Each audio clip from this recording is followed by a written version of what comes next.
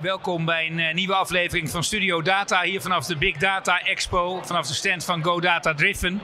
Want we hebben weer een andere interessante gast weten te strikken om met ons te praten over de ontwikkeling in het veld.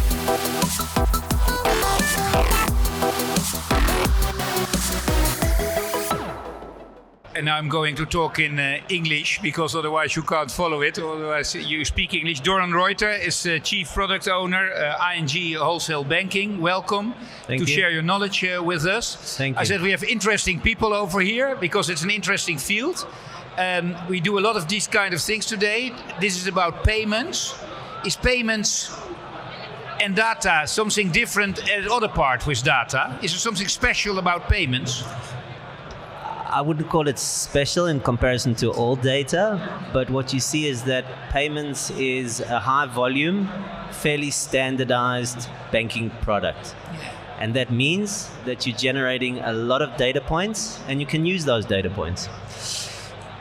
How difficult is it in an enormous organization like ING first to start this up? Because now you already have had a long way behind, but how difficult was it to start it up, this whole process? Well, I mean, you have to have the right context. So if you have leadership on board, if you connect to the strategy directly, and we do because ING wants to empower customers in life and in business by creating a differentiating customer experience. And you cannot create a differentiating customer experience if you don't use advanced analytics, because people are used to advanced analytics in their customer journeys elsewhere, whether they're using Google or Facebook or Instagram.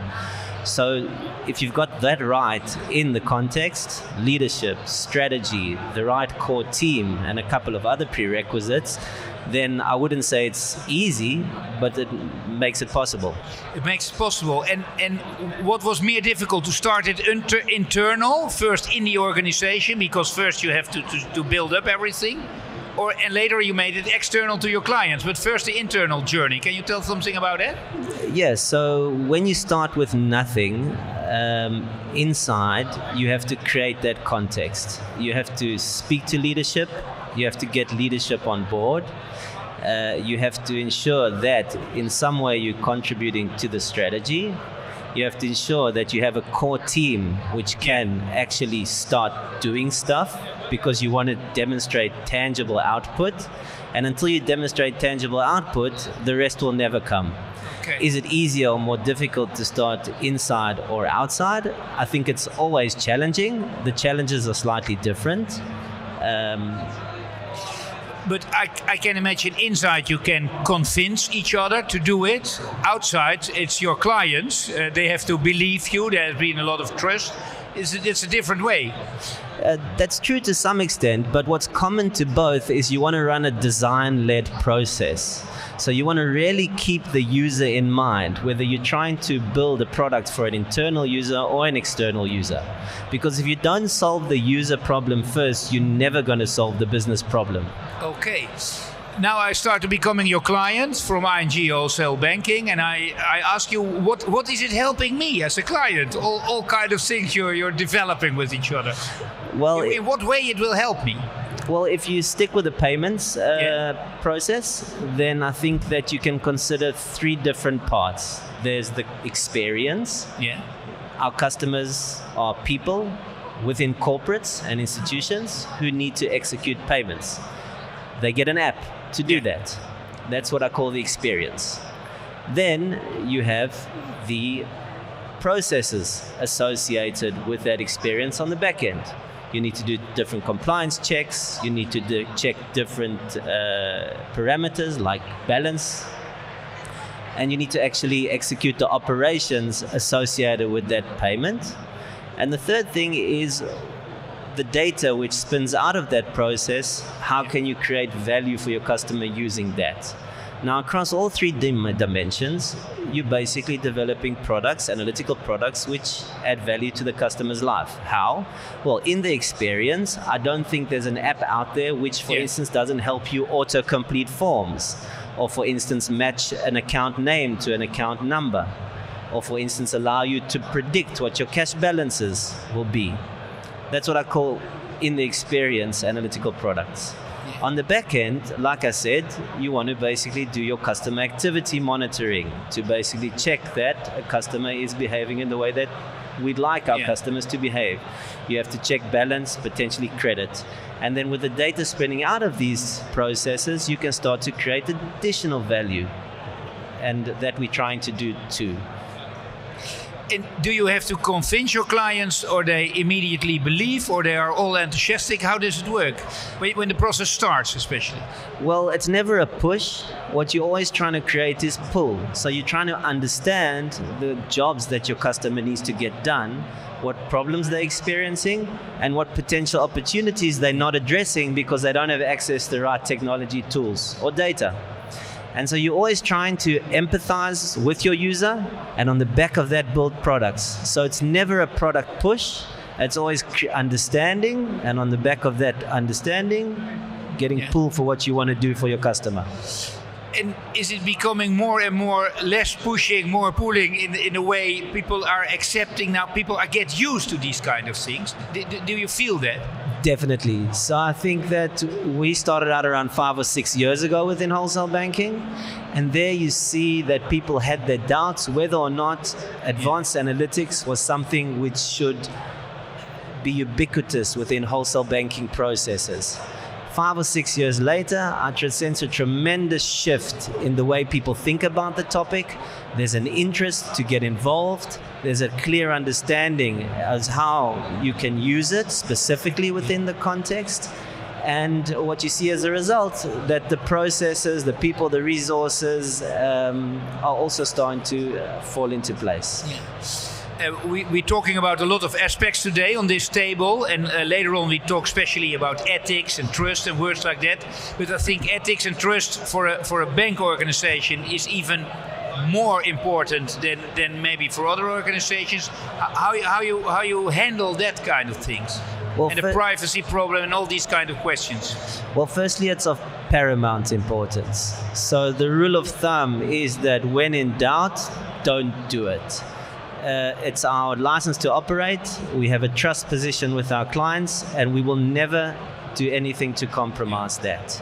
How does that work in practice? Well, firstly, around values and behaviors that are very much embedded into the minds and hearts of our colleagues via training, communication, and different types of exercises that we run with employees.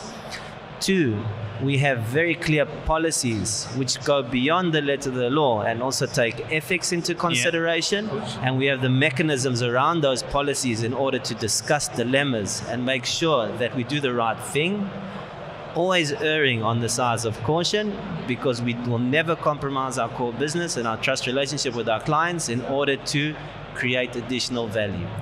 And the third thing is that we're employing technologies to help us with this task. So whether it's basically taking out specific data points which we don't want to use because we don't believe it's relevant to the process and we don't think that it will have direct value to our customers, or whether it's checking other things that are related to the space, like, for instance, anonymization or encryption. We also are trying to apply those technologies so that we have basically ensured that we don't use data in a way that we don't want to and our clients don't want us to. Okay. How far you are with the data journey now? When some people ask you, where are you now? Well, I mean, it's always difficult to answer a relative question like that, because far in terms of what or in terms of who. What I will say is we've made a lot of progress since starting out 5 years ago.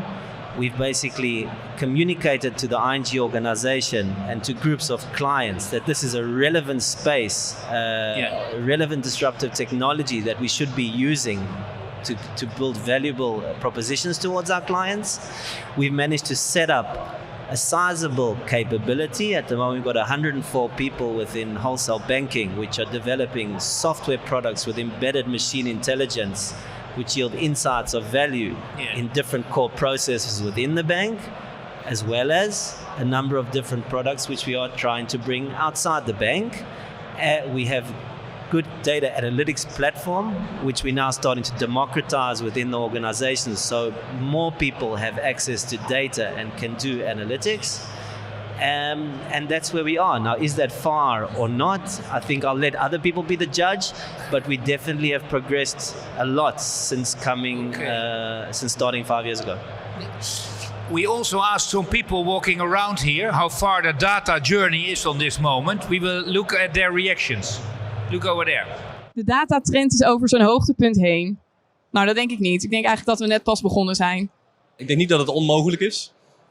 Met de juiste mensen in je organisatie kun je zeer zeker je organisatie zo opzetten dat die volledig data gedreven is.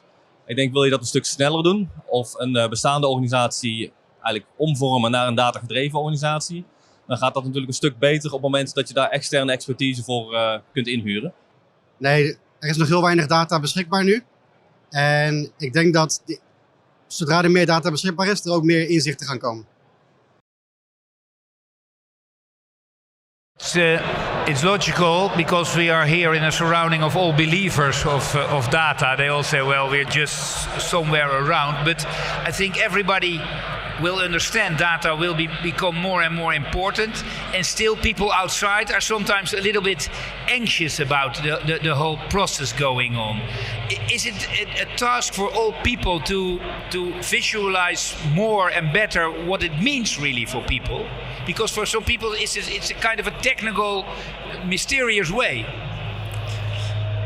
It's difficult to generically answer these types of questions because in my experience, any doubt around data is always related to a specific product. Okay. And you cannot solve the issue generically. You've got to solve the issue for the user or for the potential segment you're addressing with that specific product. And that's a question of building in the controls that I've discussed. It's a question of communication. And it's a question of how you shape the product, not to be intrusive. What I do think, if I see where people's mindset is going to a more general statement, is I think you're right. People start to understand that they cannot experience as a user what they'd like to without use of data and without the use of analytics. And with that recognition, I think the hurdle starts to drop. Okay. I think obviously people that are younger embrace this more intuitively.